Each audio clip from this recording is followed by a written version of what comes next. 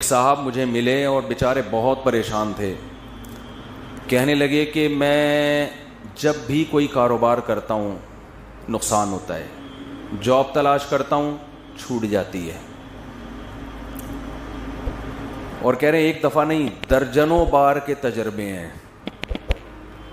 تو میں نے فلاں کو بھی دکھایا, فلاں کو بھی, سب نے کہا کسی نے کچھ کر دیا ہے. تو الو کے پٹھے ایک نمبر کے. اس کو نہیں کہہ رہا جن لوگوں نے اس کو کہا ہے نا کچھ کر دیا ہے, ان کو کہہ رہا ہوں. میں نے کہا یقیناً کسی نے کچھ کر دیا ہے. کہنے آپ بتائیں گے؟ میں نے کہا اللہ نے کچھ کر دیا ہے. وہ کچھ بھی بتا سکتا ہوں. اللہ قرآن میں کہتا ہے یبسط الرزق لمن یشاء ویقبض, جس کے لیے چاہتا ہوں رزق کے دروازے کھول دیتا ہوں, جس کے لیے چاہتا ہوں تنگ کرتا ہوں. تو اللہ نے یہ کر دیا ہے. اب ایسے موقع پہ ڈر ہوتا ہے اگلا کلمہ کفرینہ زبان سے نکال دے, یار اس کا مطلب ساری پرابلم وہاں سے آ رہی ہے. یہ ساری پرابلم کہاں سے آ رہی ہے؟ بھائی مشین خراب ہو گئی نا, میکینک جاتا ہے وہ ٹریس کرتا ہے یہ پرابلم ہے کہاں سے. وہ جب ٹریس کرتا ہے تو کتنا خوش ہوتا ہے نا, اچھا پرابلم کہاں سے آ رہی ہے, یہاں سے گیس لیک ہو رہی ہے, یہ مسئلہ ہو رہا ہے. تو اب بتاؤ ایسے آدمی کو خوشی کے بجائے یہ تو اور غم ملے گا کہ ہم تو سمجھ رہے تھے فلانی آپا نے کچھ کر دیا ہے, ہم تو سمجھ رہے تھے وہ پہلی والی نے کچھ کر دیا ہے, ہم تو سمجھ رہے تھے کہ وہ میرے بھائی نے کچھ کر دیا ہے. مفتی صاحب تو کہہ رہے ہیں کسی نے کچھ نہیں کیا, اللہ نے کیا ہے سب کچھ. تو اس سے ٹینشن ختم ہوگی یا بڑھے گی؟ ابے اللہ سے کون لڑ سکتا ہے؟ چلو فلاں نے کیا تھا تو ہم بھی کر دیں گے, تو ہو سکتا ہے کچھ مسئلہ حل ہو جائے. یہاں تو ساری ٹینشن کس کی طرف سے آ رہی ہے؟ تو مجھے یہ جب میں جملہ کہتا ہوں نا اللہ نے کیا ہے, تو مجھے ڈر اب پہلے زمانے میں نہیں تھا, لوگوں کا ایمان بڑا مضبوط تھا. اب ڈر ہوتا ہے کہ کلمہ کفر نہ زبان سے نکال دے, یار یہ تو سارا کیا کرایا کس کا ہے؟ اللہ کی طرف سے. او ہو یہ تو اللہ ہی ٹھیک, معاذ اللہ نقل کفر, اس کا مطلب اللہ ہی ٹھیک نہیں ہے. فالٹ معاذ اللہ نقل کفر کس میں ہے؟ اللہ میں فالٹ ہے. پھر لوگ مایوسی کا شکار ہوتے ہیں, پھر کہتے ہیں یار اللہ فلانے کے ساتھ تو بہت اچھا کر رہا ہے, وہ تو کچھ بھی نہیں کرتا کمبخت, اور پھر بھی رزق کے دروازے کھلے ہوئے, کچھ بھی نہیں کر رہا, ایک نمبر کا چور ہے فلاں آدمی. نہ ایک وقت کی نماز پڑھتا ہے, نہ کبھی زبان سے اللہ کا نام لیا, مگر خوشیوں کی ایسا لگ رہا ہے خوشیوں نے ڈیرے ڈال لیے اس کے گھر میں, پھلتا پھولتا چلا جا رہا ہے. فلاں بھی اچھا, فلاں بھی اچھا, فلاں بھی اچھا, میں ایک اکیلا دنیا میں پریشان ہوں. حالانکہ میں تو وظیفے بھی پڑھتا ہوں, میں نے تو ایک دفعہ سر پہ ٹوپی بھی رکھی تھی, ایک دفعہ میں نہایا بھی تھا. اپنی نیکیاں پھر یاد آنا شروع ہوتی ہیں. ایک دفعہ کا ذکر ہے, میں نے وائپر جو شیشے پہ گاڑی پہ لگاتے ہیں اس کو اپنے ہاتھوں سے میں نے 5 روپے پکڑائے تھے. ایک دفعہ میں نے اپنی ماں کو پانی بھی مجھے یاد پڑتا ہے پلایا تھا. ایک دفعہ ابا سے میں نے تمیز سے بات بھی کی تھی, حالانکہ میرا موڈ بالکل بات کرنے کا تھا نہیں, لیکن میں نے کہا ابا ہیں تو چلو یار ایک دفعہ تو ابا ہونے کے ناطے تمیز سے بات بنتی ہے. یہ نیکیاں اپنی سامنے آنا. ایک دفعہ میں نے بیگم نے گلاس سے پانی پیا تھا, تو جس جگہ سے منہ لگا کے اس نے پانی پیا, میں نے بھی محبت کے اظہار کے لیے اسی جگہ سے منہ لگا کے پانی پیا. نبی کے اخلاق میں نے زندہ کی. اتنے اچھے طریقے سے میں اپنے گھر والوں کے ساتھ میرا حسن سلوک ونس اپون اے ٹائم. تو اپنی نیکیاں بولو یاد آنے. ایک دفعہ میں ٹائم پہ گھر بھی آ گیا تھا, ایک دفعہ بولو ٹائم پہ گھر آ گیا. جتنی دیر میں بیوی سے شادی سے پہلے موبائل پہ بات کرتا تھا, شادی کے بعد ایک دفعہ میں نے 10 سال میں ایک دفعہ اس سے اتنی دیر فیس ٹو فیس بات کی ہے اور برداشت بھی کیا. تو اپنی نیکیاں یاد آنا شروع ہو جاتی. میں نے مسجد کے ڈبے میں ایک دفعہ پیسے ڈالے تھے, تو جب انسان کہتا ہے یار میں نے تو یہ بھی کیا, میں تو اتنا اچھا, میں تو اتنا نیک, میں تو یوں بھی, اور میرے ساتھ ٹینشنیں ہی ٹینشنیں, اور دوسرے کچھ بھی نہیں کر رہے, وہ تو مسجد کے ڈبے چوری کرتے ہوئے پکڑے گئے ہیں. ٹھیک ہے نا, بیویوں کو مارتے ہیں پیٹتے ہیں, ماں سے اچھا سلوک نہیں, باپ سے اچھا سلوک نہیں, ان کے ہاں رزق کی ریل پیل, تو اس کا مطلب معاذ اللہ نقل کفر نباشت، فالٹ کہاں ہے؟ فالٹ تو معاذ اللہ اللہ میں، اللہ ہی ٹھیک۔ وہ منہ سے بول بھی رہے ہوتے ہیں پتہ نہیں اللہ کو میں ہی ملا ہوں۔ ایک صاحب کے بچے کا انتقال ہو گیا، بہت عرصے بعد ان کو اولاد ملی بیچاروں کو، چھوٹا بچہ تھا اس کا، وہ اللہ نے اٹھا لیا۔ غم ہوتا ہے انسان کو، داڑھی بھی ہے، نماز بھی پڑھتے ہیں۔ ایک دن کہنے لگے مجھے یار پتہ نہیں اللہ کو میرے ساتھ کیا مسئلہ ہے، اللہ تعالیٰ معاف فرمائے، ایسی باتیں نقل کرتے ہوئے بھی ڈر لگتا ہے، کہتے نہیں اللہ کو میں ہی ملا ہوں، کوئی اولاد ہو ہی نہیں رہی تھی، اتنے عرصے بعد دی ہے تو اللہ نے بچہ اٹھا لیا۔ تو یہ بھی حالت ہوتی ہے لوگوں کی، تو خوب سمجھ لو، بہت اچھی طرح سے بات سمجھو۔ یہاں آپ سے چند ٹیکنیکل قسم کے فالٹ اللہ میں نہیں ہے، فالٹ کس میں ہے؟ فالٹ آپ میں ہے۔ آپ نے اپنے آپ کو زمین کا باپ سمجھ لیا ہے، آپ پہ آپ کی مرضی بالکل بھی نہیں چلے، یہ اللہ کو بالکل بھی پسند نہیں ہے کہ آپ پہ آپ کی مرضی چلے۔ اللہ کہہ رہا ہے یبسط الرزق لمن یشاء، جس کے لیے میں چاہوں گا رزق کے دروازے کھول دوں گا، یہ نہیں کہ جس کے لیے آپ چاہو گے۔ آپ کہہ رہے ہو یار وہ چور اچکا اور وہ تو 2 نمبر آدمی اور وہ تو محنت بھی نہیں کرتا، اس کے لیے دروازہ کیوں کھل رہا ہے؟ بھائی وہ اس کے چاہنے سے نہیں کھل رہا، وہ کس کے چاہنے سے کھل رہا ہے؟ وہ اللہ کے چاہنے سے کھل رہا ہے۔ اور آپ اتنی محنت کر رہے ہو، رزق کا دروازہ نہیں کھل رہا، تو وہ اس لیے نہیں کہ وہ چاہتا ہے کہ آپ کے پاس پیسے نہ آئیں یا فلانے نے بندش لگا دی ہے فلانا، وہ اللہ نہیں چاہ رہا آپ کے پاس آئیں۔ اب یا تو اللہ سے لڑ لو، بھائی اگر کوئی پیسے آپ کے پاس لے کر آ رہے، وسیم بھائی درمیان میں ڈبہ نوٹوں کا ڈبہ چھین کے بھاگ گئے، وہ پیسہ آپ تک آنے نہیں دے رہے، تو آپ کس سے لڑو گے؟ وسیم بھائی سے لڑو گے، جو رکاوٹ بن رہا ہے اس سے لڑو گے نا۔ تو کیا اللہ سے لڑ سکتے ہو؟ بولو نا بھائی کیا ہو گیا؟ سامنے آپ گڑ گڑا سکتے ہو۔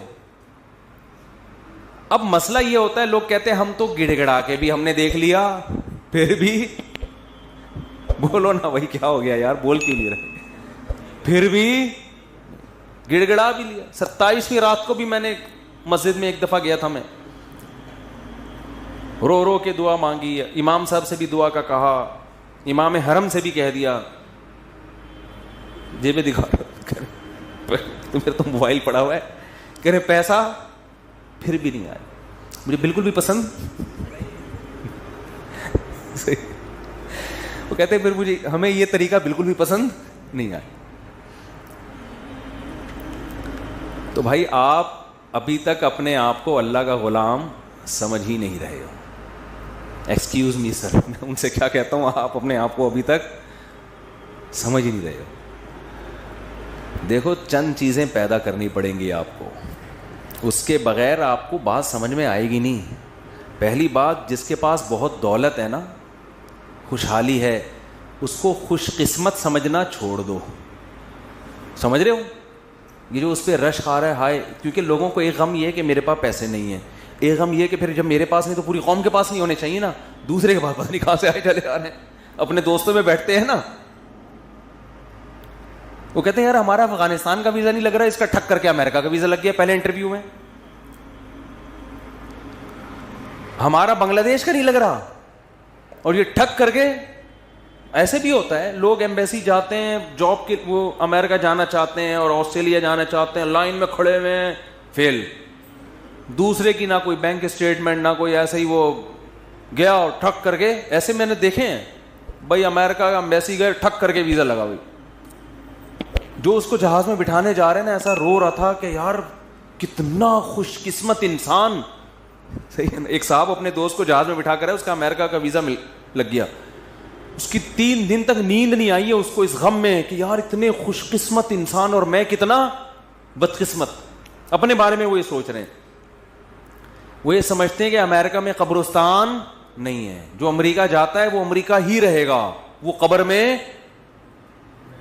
تم اگر انجام دیکھ لو نا، تم کو یہاں کشادہ قبر تمہیں سستے میں مل جائے گی، وہاں قبر بہت مہنگی ہے میرے بھائی، بہت۔ یہاں جنازے میں ہزاروں لاکھوں لوگ آئیں گے، وہاں بہت تھوڑے لوگ ہوں گے۔ پھر دارالاسلام میں موت کا اپنا مزہ ہے بھائی، ٹھیک ہے آپ جائیں کمائیں، لیکن مرنا یہیں پسند کرو۔ اس کی بڑی ویلیو ہے کہ آپ دفن کہاں ہو رہے ہیں. لوگ کیوں مدینہ میں مرنا پسند کرتے ہیں؟ امام مالک نبی کے شہر سے جنازہ اٹھے تو نبی کے شہر سے نہیں کہ اسلامی ملک سے ہی اڑ جائے. میں یہ نہیں کہہ رہا جو وہاں مر رہے ہیں غلط کر رہے ہیں, وہ تم جہاں بھی مر جاؤ وہیں دفن ہو جاؤ, لیکن ایک فضیلت کی بات بتا رہا ہوں کہ کوشش کیا کریں اپنے کنٹری میں ہی مرا کریں. ابھی تو فی الحال ہم زندہ رہنے کی کوشش کر رہے ہیں, گورنمنٹ چاہ رہی ہے کہ ہم اسلامی کنٹری میں ہی مریں, لیکن جب مرنے کا ٹائم آئے تو کوشش کریں کہ اپنے کنٹری میں مر لیں. تو اب مجھے پہلی بات تو یہ دماغ سے نکال دو کہ جس کے پاس بہت دولت ہے, بہت خوشیاں ہیں, چاہے وہ دولت یا اس کی سیٹنگ کامیاب ہو گئی, آپ کی والی سے اس کی ہو گئی, یہ بھی تو ہوتا ہے نا, تو یہ دماغ سے نکال دو کہ وہ بہت خوش قسمت ہے. یہ آپ کی بہت بڑی بھول ہے. خوش قسمتی کا اس سے قطعاً کوئی تعلق نہیں, کوئی تعلق نہیں. قارون سے پھر تو زیادہ خوش قسمت کوئی تھا ہی نہیں. کیا خیال ہے اگر یہ اس کے پیسے آنے سے, پھر تو ہمارے سابق صدر دنیا کے کامیاب ترین انسان, ہم سب کو ویسا بننا چاہیے. اس کا تو کوئی تعلق ہی نہیں. پھر اس کا مطلب یہ ہوا کہ فرعون بہت خوش قسمت تھا اور موسیٰ معاذ اللہ بہت بدقسمت تھے, کیونکہ فرعون تو موسیٰ علیہ السلام کو یہی تانے دیتا تھا کہ ان کے پاس تو نہ سونے کے کنگن, نہ ان کے پاس باغات ہیں, نہ ان کے پاس پراپرٹی ہے, نہ ان کے پاس محلات ہیں, کھانے پینے کے تو یہ محتاج ہیں. بے روزگاری کیا 10 سال بکریاں چرائی ہیں. آج کا کوئی بے روزگار بکریاں تھوڑی چرا رہا ہے جو وہ خودکشیوں کی طرف جا رہا ہے. 10 سال موسیٰ کلیم اللہ, اس وقت موسیٰ علیہ السلام سے بڑا روئے زمین پر کوئی شخص نہیں تھا, اللہ کو انتہائی محبوب, مگر کام کیا کر رہے ہیں؟ بکریاں لے کے صبح صبح ریوڑنے کے نکلتے ہیں, پہاڑوں میں جاتے, شام کو واپس, اور اپنا کوئی ذاتی گھر نہیں, سسرال میں رہ رہے ہیں. ایک روم دیا ہوا ہوگا انہوں نے کہ بھئی یہ بکریاں چرانے کے لیے ہم نے ان کو رکھا ہوا ہے, کیونکہ جن بزرگ کے گھر رہتے تھے ان کا بیٹا نہیں تھا نا کوئی, تو ملازم رکھنا, بطور ملازمت کے رہے ہیں. نہیں آ رہی میرا خیال ہے بات؟ اور بکریاں چرانا آسان نہیں ہے, ہم سے پوچھو. 3-4 بکریاں ہم نے رکھی ہوئی ہیں, وہ جو جس کو کوئی غم نہ ہو بکریاں پال لے. حقیقت بتا رہا ہوں آپ کو. کھلاؤ پلاؤ, جب دودھ نکالنے کی باری آتی ہے تو ایسا تکبر, ابے ہمارا کھا کے ہمیں نہیں کھلا رہی یار. میں نے ایک دفعہ بکری کا دودھ نکالا بڑی محنت سے نا, پوری جب بالٹی بہت دودھ جمع ہو گیا تو بالٹی بھری ہے, جیسے ہی میں اٹھنے لگا بکری نے ٹانگ اس کے اندر پوری, لے بھائی. ہم نے کہا اب تم ہی پی لو بھائی. 10 سال کیا کام کیا ہے؟ اپنے ماں باپ سے دور, اپنے بہن بھائیوں سے دور, مدین میں بے روزگار. ایک روزگار ملا ہے اور وہ بھی کتنا ٹف. اور موسیٰ کی پرسنالٹی دیکھو, یہ وہ ہے جس کے ذریعے اللہ مصر میں انقلاب لے کر آئے گا, اور جس کا ذکر آسمانی کتاب قرآن میں سب سے زیادہ کرے گا, نام لے لے کے. قرآن میں جتنا موسیٰ کا نام استعمال ہوا اتنا کسی کا نام استعمال نہیں ہوا. کام کیا ہو رہا ہے؟ بکریاں چرا رہے ہیں. تبھی جو سودی بینک میں جاب کرتے ہیں نا, ہمارے حضرت سے ایک صاحب نے پوچھا کہ یہ سودی بینک میں جاب چھوڑ دیں تو اتنے لوگ کیا کریں گے؟ کیا فرمائے, رکشے چلائیں, ٹماٹر بیچیں. وہ کہتے نہیں میں ٹماٹر کیوں بیچوں. آپ نے یہ خود اپنا ایک معیار بنایا ہوا ہے کہ میں اس لیول کا آدمی ہوں. یہ آپ کا, یہ اللہ نے نہیں بنایا آپ کو.